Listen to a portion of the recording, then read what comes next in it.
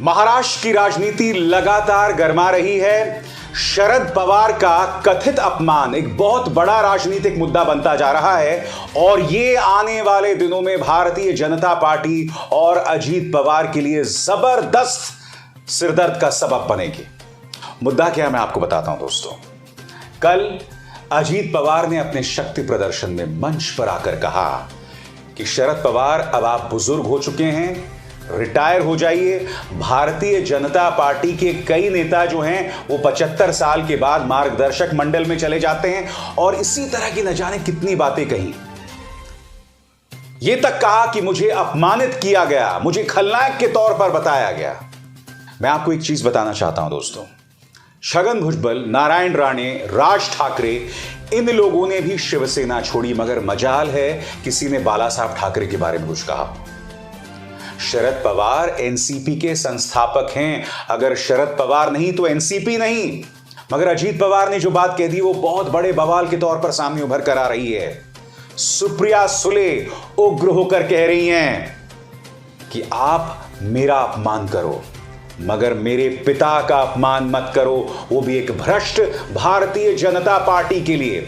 सुनिए सुप्रिया सुले ने किस अंदाज में अपने पिता की अस्मिता की बात उठाई है। वो कह मराठी में रही हैं मगर उसका अनुवाद मैं नीचे चलाते रहूंगा, आप उसका अनुवाद नीचे देख सकते हैं, मगर मेरे ख्याल से आपको अनुवाद देखने की भी जरूरत नहीं है। जिस अंदाज में सुप्रिया सुले ने अपनी बात कही है, आप सुनिए इसे दोस्तों। बापाच्या आणि आईच्या बाबतीत नाद करायचा नाही। बाकी कुणाबद्दलही बोला, कुणाबद्दलही आमच्यावर करा, काही करा, पण बापाचा नाद नाही करायचा। बाकी काही ऐकून घेऊ, काहीही ऐकून घेऊ। अब आप ये सोचना चाहेंगे कि दरअसल अजीत पवार ने ऐसा कहा क्या। हो क्या रहा है दोस्तों कि अजीत पवार को हर कीमत पर गिरफ्तारी से बचना है, ईडी की तलवार से बचना है और उनकी महत्वाकांक्षा है राज्य का मुख्यमंत्री बनने की। अब इसके लिए वो तमाम अनर्गल बातें कर रहे हैं। उन्होंने शरद पवार को यह नसीहत दे दी कि आप रिटायर हो जाइए, आप चले जाइए, तमाम चीजें कही हैं। उन्होंने कहा क्या है, मैं उसका हिंदी में अनुवाद आपके सामने रखना चाहता हूं आपके स्क्रीन पर। आपने मुझे सबके सामने खलनायक के रूप में दिखाया। मेरे मन में अभी भी शरद पवार के लिए सम्मान है। आप मुझे बताएं, आईएएस अधिकारी 60 साल की उम्र में रिटायर हो जाते हैं। राजनीति में भी भाजपा नेता 75 साल की उम्र में रिटायर हो जाते हैं। आप लाल कृष्ण आडवाणी और मुरली मनोहर जोशी का उदाहरण देख सकते हैं। इससे नई पीढ़ी को आगे बढ़ने का मौका मिलता है। आप यानी शरद पवार हमें अपना आशीर्वाद दें, लेकिन आप 83 वर्ष के हैं, क्या आप रुकने वाले नहीं हैं? हमें अपना आशीर्वाद दें और हम प्रार्थना करेंगे कि आपकी उम्र लंबी हो। महाराष्ट्र के उप मुख्यमंत्री अजीत पवार ने यह बात कही है जो एक बहुत बड़ा राजनीतिक मुद्दा हो रहा है। और मैं आपको बात बता दूं, इस वक्त विधायक अधिकतर अजीत पवार के साथ हैं, मगर अभी भी वो एंटी डिफेक्शन लॉ की गाज से नहीं बच सकते। समानांतर तौर पर एकनाथ शिंदे को लग रहा है कि उनकी गर्दन पर भी तलवार है और कभी भी उनकी नौकरी जा सकती है, यानी उन्हें मुख्यमंत्री पद से हटाया जा सकता है। उनके क्या तेवर हैं कुछ देर बाद बताऊंगा मैं दोस्तों, क्योंकि उनके तेवर में भी एक दिलचस्प रुख आया है, एक परिवर्तन आया है। मगर कल्पना कीजिए दोस्तों, जो बात अजीत पवार ने कही है शरद पवार के बारे में, यही बात अब शरद पवार खेमा जो है उठाने वाला है।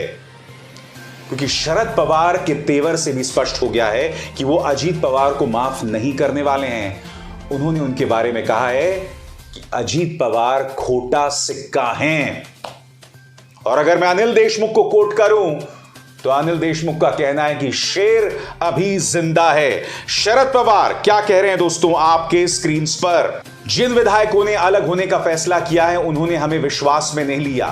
अजीत पवार गुट ने किसी भी प्रक्रिया का पालन नहीं किया और यह बात काफी हद तक सही है, क्योंकि मैं आपको बतला चुका हूं दोस्तों, एंटी डिफेक्शन लॉ की बारीकियां जो हैं वो हावी हो सकती हैं अजीत पवार पर, मगर चूंकि पूरी व्यवस्था इस वक्त भारतीय जनता पार्टी के हाथ में है तो मैं नहीं जानता हूं इसे किस तरह का ट्विस्ट दिया जाता है। आगे देखिए क्या कहा उन्होंने। पार्टी का चुनाव चिन्ह हमारे पास है, वो कहीं नहीं जाएगा। जो लोग और पार्टी कार्यकर्ता हम सत्ता में लाए वे हमारे साथ में हैं, शरद पवार का यह कहना है। और यकीनन दोस्तों, शरद पवार जो हैं इसे एक बहुत बड़ा मुद्दा बनाने वाले हैं। आने वाले दिनों में महाराष्ट्र की सड़कों पर इसकी गूंज होगी। 83 साल के शरद पवार की अस्मिता और दूसरी तरफ अजीत पवार की अवसरवादी राजनीति, जो अपने गले पर गिरने वाली गाज से बचने के लिए भारतीय जनता पार्टी की गोद में बैठ गए। दोस्तों, कल ही मैंने आपको बताया था कि नागपुर में एक कार्यक्रम था जहां राष्ट्रपति द्रौपदी मुर्मू आई थी और मुख्यमंत्री एकनाथ शिंदे को अपना प्लान कैंसिल करना पड़ा। और न सिर्फ प्लान कैंसिल करना पड़ा, बल्कि एकनाथ शिंदे ने अपने पार्टी के विधायकों के साथ लंबी चौड़ी बैठक भी की। इस तरह की सुगबुगाहट हो रही है कि क्या एकनाथ शिंदे अब गठबंधन से निकल सकते हैं। मगर दिक्कत यह है दोस्तों, एकनाथ शिंदे की हालत यह हो गई कि एक तरफ कुआं एक तरफ खाई। अगर वो बाहर जाते हैं तो ईडी की गाज उन पर गिरना तय है, क्योंकि इस वक्त न सिर्फ एकनाथ शिंदे बल्कि उनके खेमे के कम से कम आधा दर्जन नहीं, 1 दर्जन विधायक ऐसे हैं जिनके दरवाजे पर ईडी जो है खटखटा सकती है अगर वो सत्ता से बाहर हुए। लिहाजा अब उनके रुख में नरमी आ रही है। खबर देखिए आपके स्क्रीन पर। एकनाथ शिंदे की इस्तीफे की चर्चा गलत, पार्टी के नेता उदय सामंत बयान दे रहे हैं। वो क्या कह रहे हैं मैं पढ़ के सुनाना चाहता हूं। उदय सामंत ने कहा कि एकनाथ शिंदे के इस्तीफे की चर्चा भी गलत है। तीनों दलों के नेता मिलकर सरकार चलाएंगे, हमारे बीच कोई मतभेद नहीं है। उन्होंने कहा कि मुख्यमंत्री के साथ हमारी मीटिंग में संगठन को मजबूत करने पर चर्चा हुई। विधायकों, सांसदों और विधान परिषद के सदस्यों को आगे क्या करना है इस पर भी विस्तार से चर्चा हुई। शिवसेना 2024 का चुनाव शिंदे जी के नेतृत्व में लड़ेगी। मगर आज शिंदे गुट को यह बतलाना होगा कि जब आपने महाविकास आघाड़ी का साथ छोड़ा था तो यह कहकर साथ छोड़ा था कि अजीत पवार हमारे काम में दखल दे रहे हैं। अब वही अजीत पवार कई लोगों के सिर पर आके बैठने वाले हैं। तो कहां गई आपकी इज्जत, कहां गया आपका वो दावा, कहां गई आपकी अस्मिता।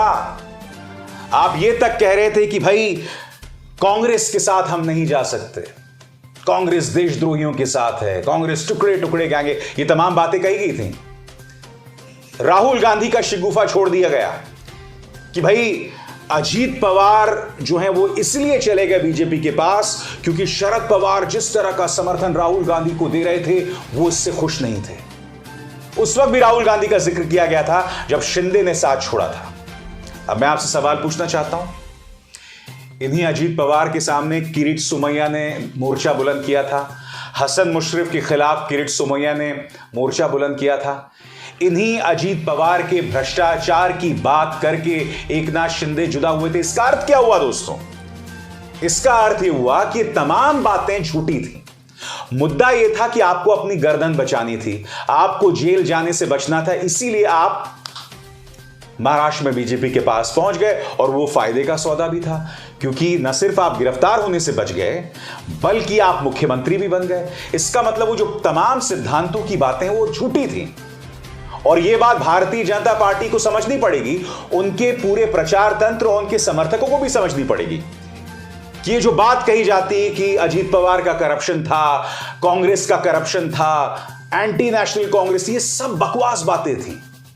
मुद्दा यह था कि शिंदे मुख्यमंत्री बनना चाहते थे, उनके 12 विधायक जो थे उन पर ईडी की गाज गिरी हुई थी और अब वो तमाम 12 विधायक कहते हैं कि हमें चैन की नींद आती है। इसका मतलब एक और चीज है। याद कीजिए आदित्य ठाकरे ने क्या कहा था। आदित्य ठाकरे ने कहा था कि एकनाथ शिंदे हमारे घर मातोश्री आए थे और वो हमारे सामने रोने लगे थे, रो रो कर कह रहे थे मुझे जाने दो वरना मुझे जेल में डाल देंगे। उस वक्त मैंने इसको बहुत ज्यादा तरजीह नहीं दी थी, मगर आज जो उदय सामंत ने कही है बात, उसके बाद ऐसा लग रहा है कि एकनाथ शिंदे अपने उसूलों के साथ समझौता कर रहे हैं। इसका मतलब आदित्य ठाकरे ने वो जो बात कही थी वो गलत नहीं थी, क्योंकि अब एकनाथ शिंदे गुट कह रहा है कि ट्रिपल इंजन की सरकार है, हम तीनों मिलकर चुनाव लड़ेंगे। ये बात कह रहे हैं एकनाथ शिंदे। इसका अर्थ क्या हुआ दोस्तों कि प्रधानमंत्री की वो तमाम नारे, ना खाऊंगा ना खाने दूंगा, और हाल में जो मध्य प्रदेश में कहा था उन्होंने कि मैं भ्रष्टाचार के खिलाफ गारंटी हूं, सब बेकार बातें हैं, सब राजनीति है और उसके अलावा कुछ नहीं। मगर क्या जनता ये बात समझेगी, देखना होगा। अभिसार शर्मा को दीजिए इजाजत। नमस्कार। स्वतंत्र